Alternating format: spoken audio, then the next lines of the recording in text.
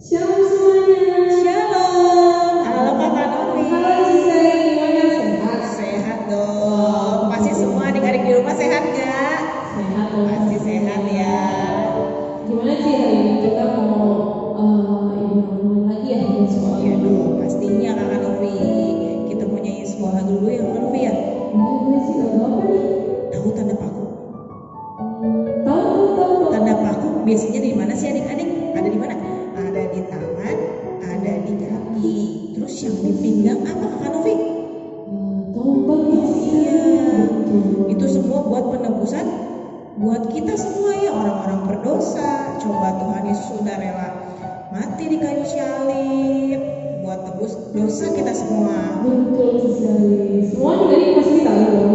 Iya. Kita nyanyi sama-sama ya. Oke.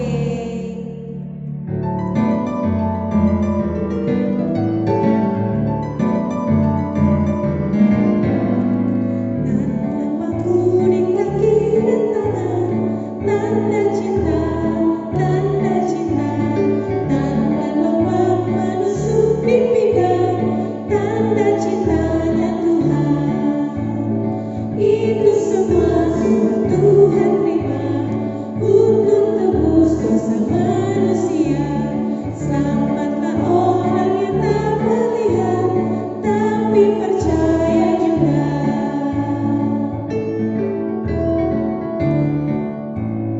Tanda kuatku di kaki dan tangan, tanda cinta, tanda tombak menusuk di pinggang, tanda cintanya Tuhan. Itu semua sudah Tuhan berikan guna tebus dosa manusia. Selamatlah orang yang tak melihat tapi percaya juga. Tapi percaya juga. Tapi percaya juga.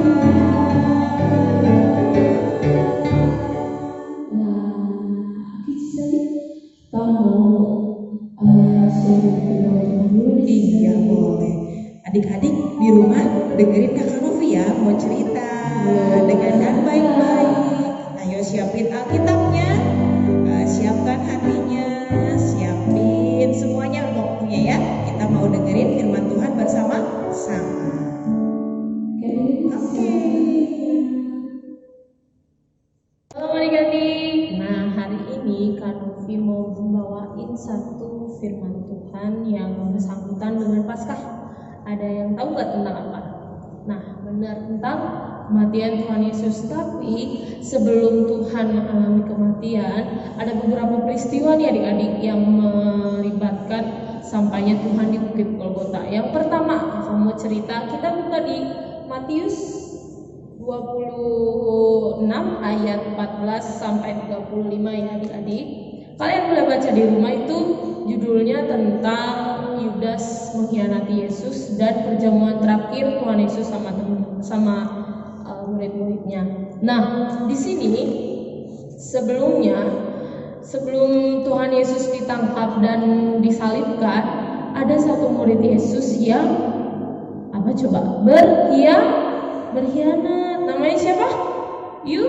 Yudas Iskariot. Nah, di ayat Matius 26 ini dikatakan kalau si Yudas ini nih berkhianat sama Tuhan Yesus. Katanya kayak gini nih adik-adik. Kalian mau ngasih aku berapa kalau aku bisa menyerahkan Tuhan Yesus, katanya. Lalu dengan tegas imam itu bilang, aku akan memberimu 30 shikal perak. Dan itu ya kalau di zaman itu ya adik-adik mungkin itu sudah harta yang banyak buat seorang Yudas gitu. Dan akhirnya Yudas menyetujuinya. Baik, aku akan membawa Tuhan Yesus ke hadapanmu. Lalu tibalah suatu saat mereka sedang makan. Namanya ini adik-adik perjamuan terakhir. Di situ ada roti, ada anggur yang melambangkan, roti itu lambangnya tubuh Tuhan Yesus. Nah, tubuh Tuhan Yesus itu dilambangkan sebagai roti yang artinya dipecah-pecahkan ketika dia mati di kayu salib. Nah, dan yang kedua itu anggur. Anggur itu melambangkan darahnya Tuhan Yesus yang sudah mengalir buat kita untuk menebus dosa manusia. Tapi Tapi sebelum Yesus disalib, ada Tuhan Yesus bilang begini sama murid-muridnya, dari antara kamu semua akan ada yang menyerahkan aku. Nah, semuanya kaget murid-muridnya, dan akhirnya si murid-muridnya itu bilang, aku kah Rabi? Rabi itu kalau zaman dulu dibilangnya guru ya adik-adik.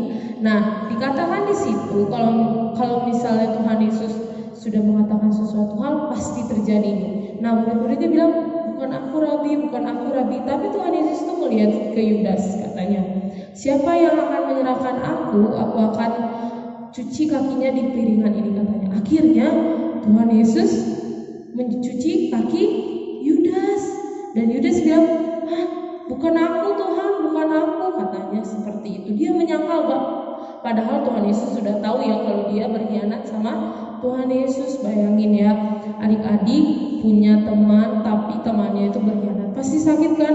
Apalagi Yudas ini adalah murid Tuhan Yesus gitu, yang kemana-mana ikut sama Tuhan Yesus, pergi ke sana sini sama Tuhan Yesus, tapi dia berkhianat. Nah, setelah kejadian makan malam itu, Yesus akhirnya mendapat istilahnya bayangan tentang dia akan masuk ke sebuah bukit atau enggak akan disalibkan. Dia ketakutan, dia bilang, Bapak tolonglah, ambillah cawan ini daripadaku, katanya.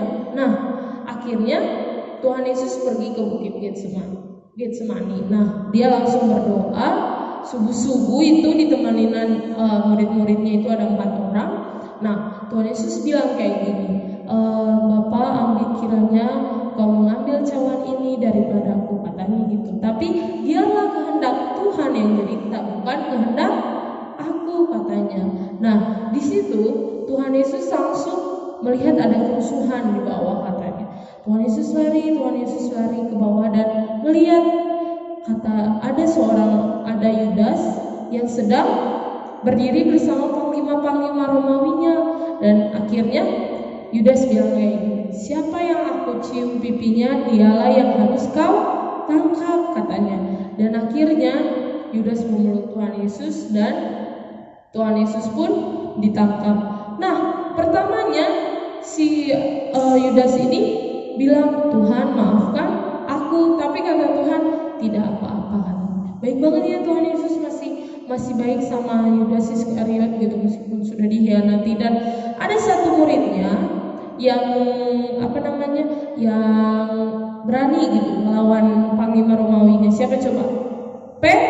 Petrus, betul. Petrus itu berani melawan panglima Romawinya itu untuk melawan dan nggak ngambil Tuhan Yesus ke tempat mereka, sampai akhirnya dia belah telinga satu panglima Romawinya, dan akhirnya putuslah telinganya dan dia menjerit kesakitan. Tapi Tuhan Yesus nggak dendam di situ.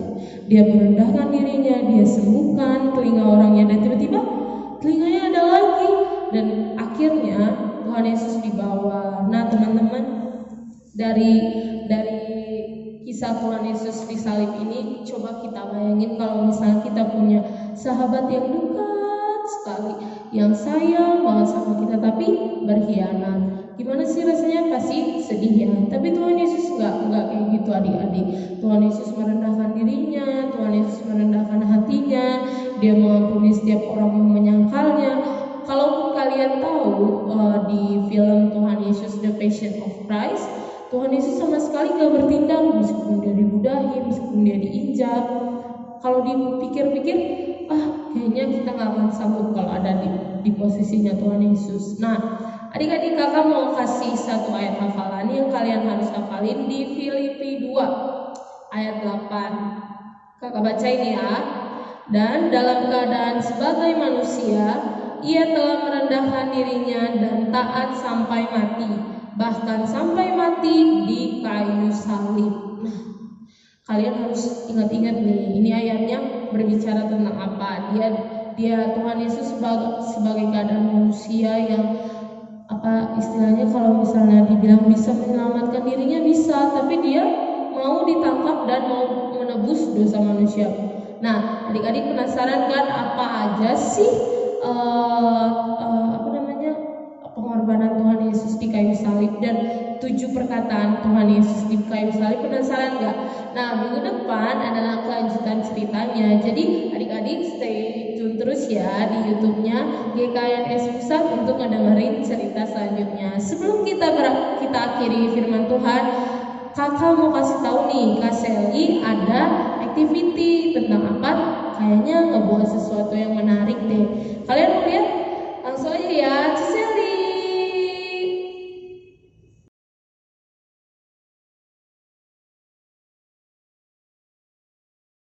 Halo adik-adik, selamat pagi. Gimana nih kabarnya adik-adik semua? Pasti semangat ya, pasti sehat ya. Hari ini Cici mau buat sebuah activity. Karena tahu ya, kita mau lagi ada apa ya? Acara Paskah ya. Nah, Paskah biasanya identik sama apa ya? Dengan telur, kelinci. Tapi Cici nggak mau buat dengan telur dan kelinci, tapi Cici mau buat gambar lambang penebus dosa. Apa ya? Kira-kira? Ya betul, salib. Nah, bahan-bahan yang bakal kita pakai, Cici mau pakai satu-satu ya. Ada karton jilid ya, biasa ya, dipotong setengah boleh ya, ukuran A5. Lalu ada origami paper. Nah, adik-adik boleh pilih ya warnanya 3 warna, boleh warna-warni ya, boleh terserah ya. Lalu ada lem buat lem kertas. Nah, origami papernya cukup segini aja ya. Nah, 3 warna saja. Lalu ada penggaris, ada spidol, ada pensil dan gunting. Nah, lalu pertama-tama kita pinggirin dulu ya. Nah, kertasnya kita mau gambar sebuah salib. Nah, kita gambar sebuah salib ya. Ya. Lalu kita buat sebuah salib ya. Kita buat garis ya, yang lurus ya. Ukuran salibnya adik-adik boleh sesuaikan ya, mau besar atau kecil. Cici buat yang sedang.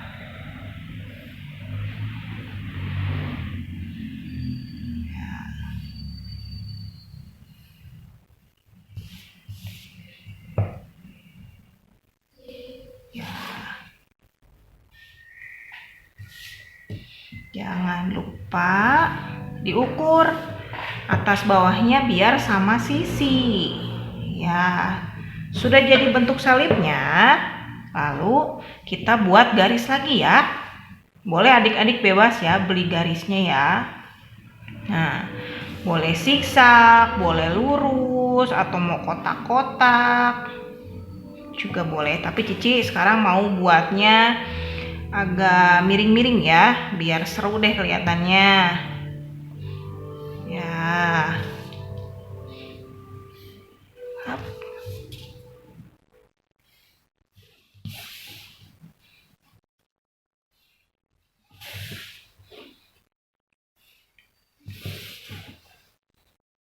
Ya. Jadi deh bentuk salibnya. Ya. Adik-adik boleh bentuk seperti ini ya. Lalu langkah yang kedua adalah ini paper. Kita robek-robek ya. Jadi kecil-kecil semua warnanya ya.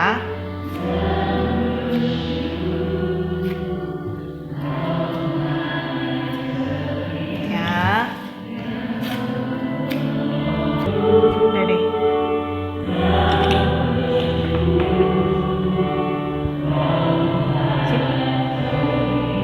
Oke, nah udah jadi seperti ini ya, robek-robekannya kecil-kecil. Lalu langkah yang ketiga ambil lem ya.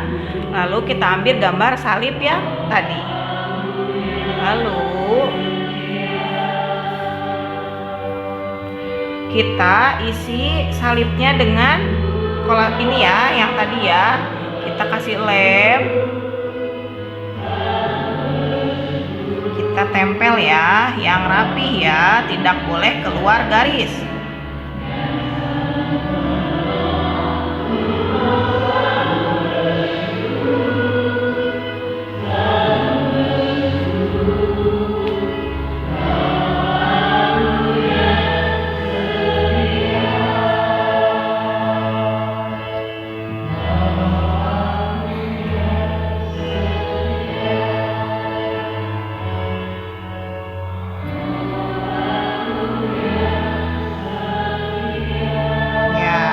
itu kita lanjut ke warna berikutnya. Ya, satu kotak, satu warna. Ya. Sampai selesai ya, mengikuti warna yang setelahnya.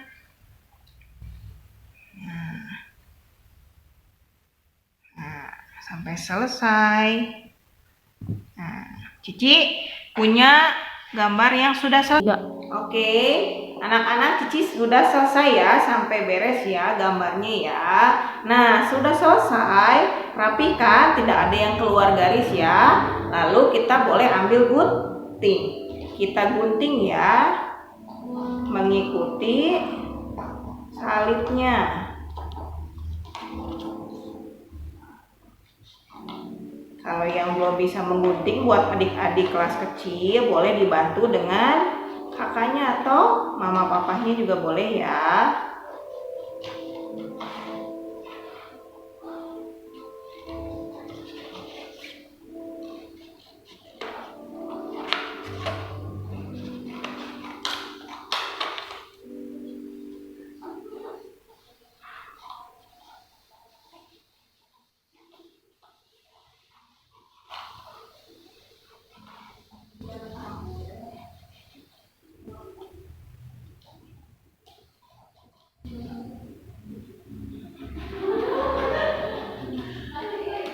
Oke.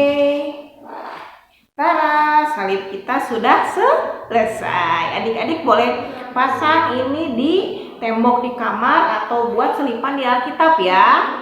Jadi harus buat yang bagus. Oke, sampai ketemu lagi ya. Selamat mengerjakan. Nah, udah lihat aktivitinya Ciseli kan? Tadi gimana? Pada bikin nggak? Jangan lupa bikin ya. Soalnya akan ada hadiah yang kita kasih buat anak sekolah minggu yang paling bagus membuat hiasannya. Oke adik-adik, kita mau doa menutup. Semuanya lipat tangan, tutup matanya. Kita berdoa. Tuhan Yesus, terima kasih untuk hari ini Tuhan, untuk hari Minggu Tuhan yang sudah Tuhan sediakan untuk kami dapat mendengarkan firman Tuhan Bapa. Terima kasih Tuhan untuk setiap keadaan yang ada di Indonesia hari-hari ini Tuhan Yesus.